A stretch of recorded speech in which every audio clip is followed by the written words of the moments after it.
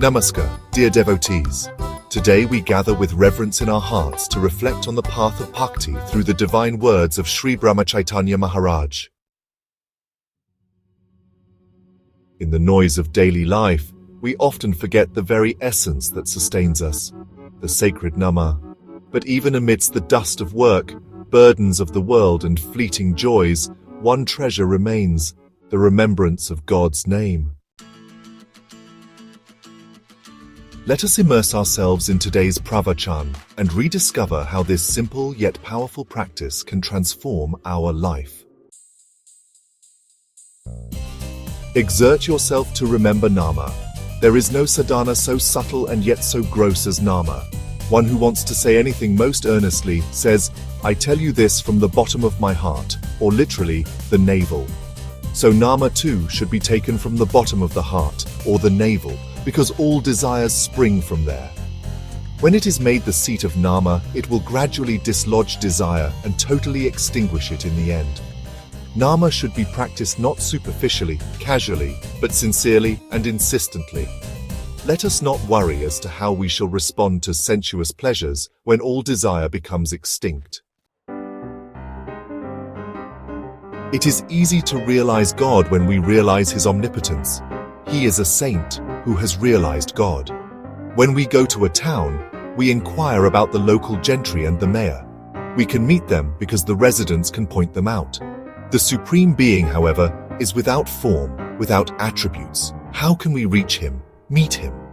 But then do we always take things which are not perceptible to be unreal?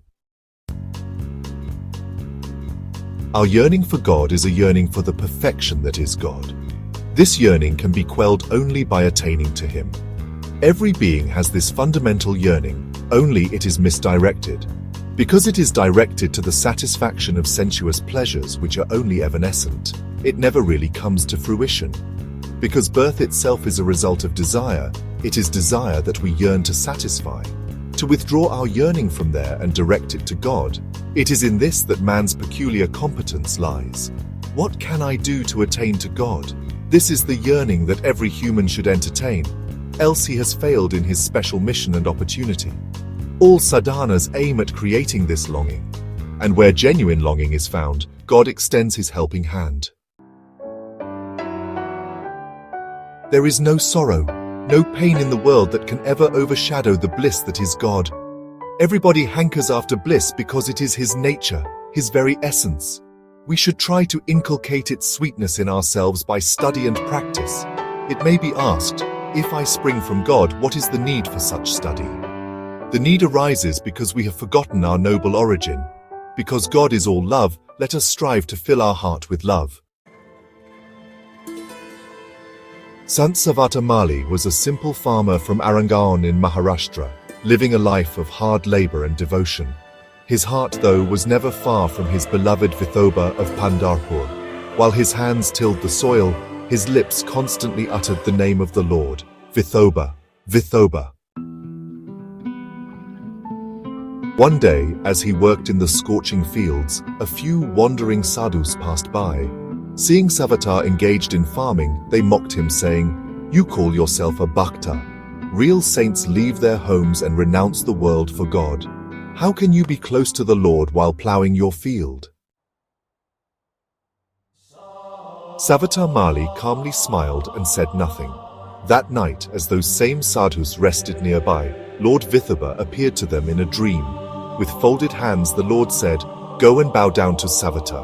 While you were criticizing him, he was lovingly repeating my name with every breath. His field is my temple, and his work is my worship." Awakened and ashamed, the sadhus returned to Savata the next morning and prostrated before him. He humbly said, "I only do what little I can, remembering Vithoba as I work.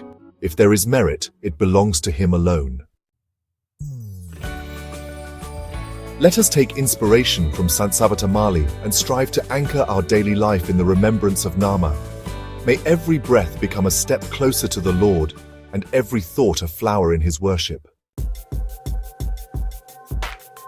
Even in worldly activity, we can find God, if only we remember Him sincerely. Let us chant his name with love, not just with lips, but from the depths of our heart.